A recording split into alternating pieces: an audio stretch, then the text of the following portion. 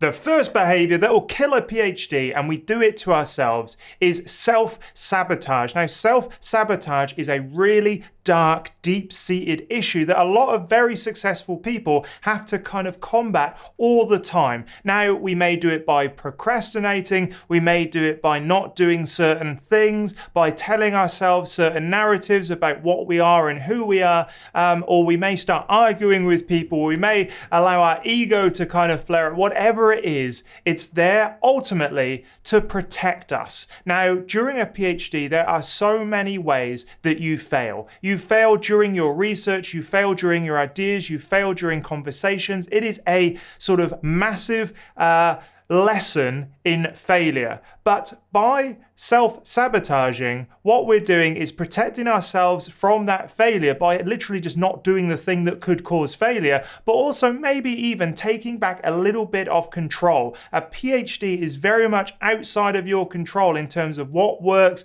the politics that goes on. And so by kind of like, just doing what we want and making sure that we don't end up or put ourselves in situations where failure is inevitable, which is an entire PhD, we end up protecting ourselves. So unfortunately, if you've noticed any of that in your own behavior, it's time to stamp it out. It's time to do, and we'll go through in this video all of the things, all of the steps, all of the kind of flavors of self-sabotage that you may be experiencing and what you can do about it.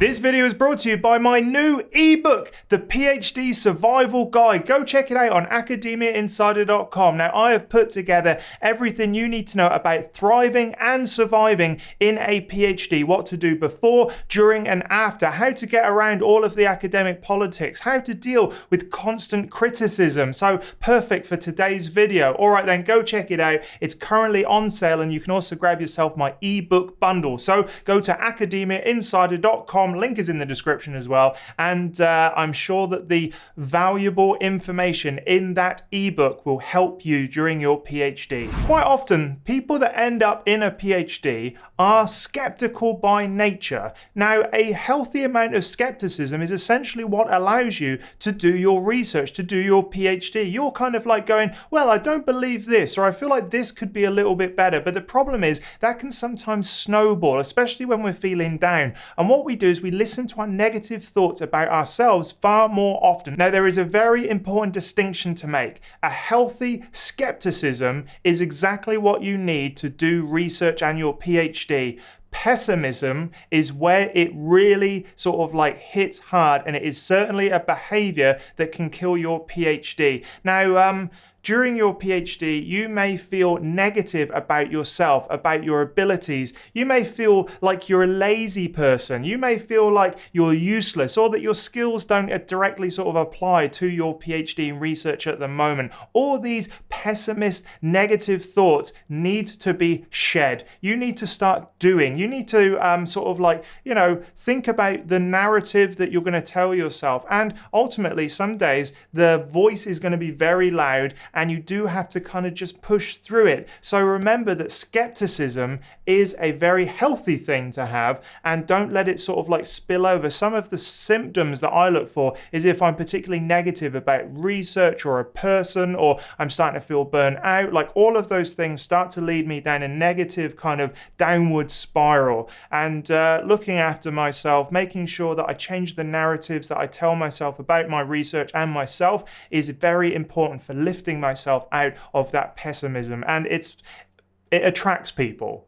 It is far easier to be negative, and then you attract negative people, and everyone's negative. And I was part of the problem during my PhD. I was the first person to become super negative about everything, and no wonder people didn't want to hang out with me during my PhD, like other collaborators and stuff, because I was the first to complain, a good old British complain. So there is a way to get out of it. Change the narrative, look after yourself, find the good things, start a gratitude journal, all those things. Mindfulness as well is great for kind of lifting out the pessimism, but keep a healthy skepticism. That will get you through your PhD.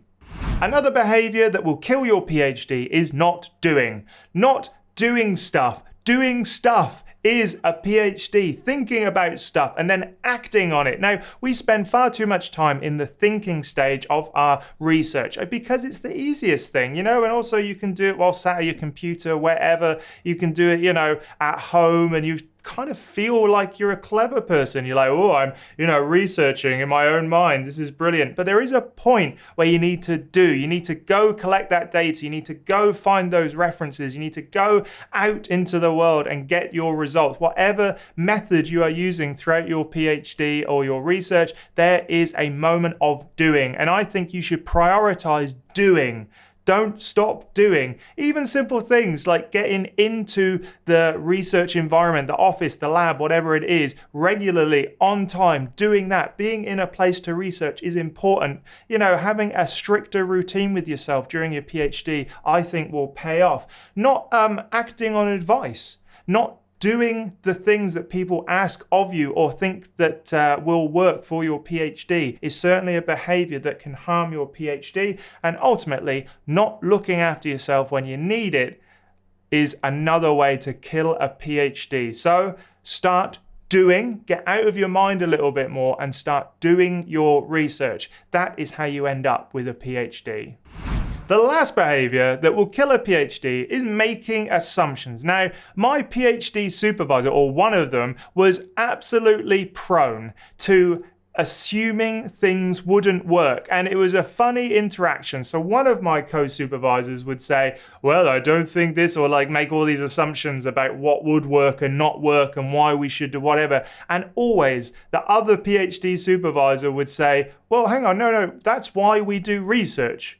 To sort of bust those assumptions or, actually get the facts on this. And so this person loved thought experiments and would just assume all of these things.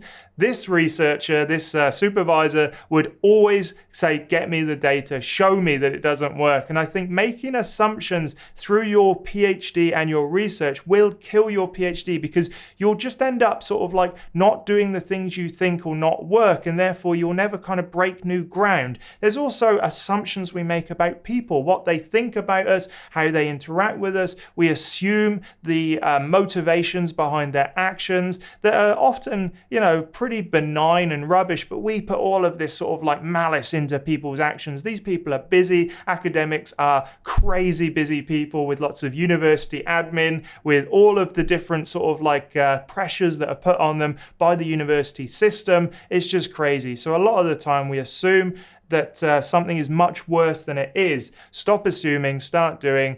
And I think, that is the behavior that we can all too easily slip into. So there we have it. There are all of the behaviors that I think kill a PhD. Let me know in the comments what you would add. And also remember to go sign up for my newsletter. It's at andrewstapleton.com.au/newsletter. The link is in the description. And when you sign up, you'll get 5 emails over about 2 weeks. Everything from the tools I use, the podcasts I've been on, my TEDx talk, and more is exclusive content available for free. So go check it out. And also go check out my new ebook, PhD Survival Guide. It will be full of information for you to survive and thrive in academia. All right then, until next time, I shall see you in the next video.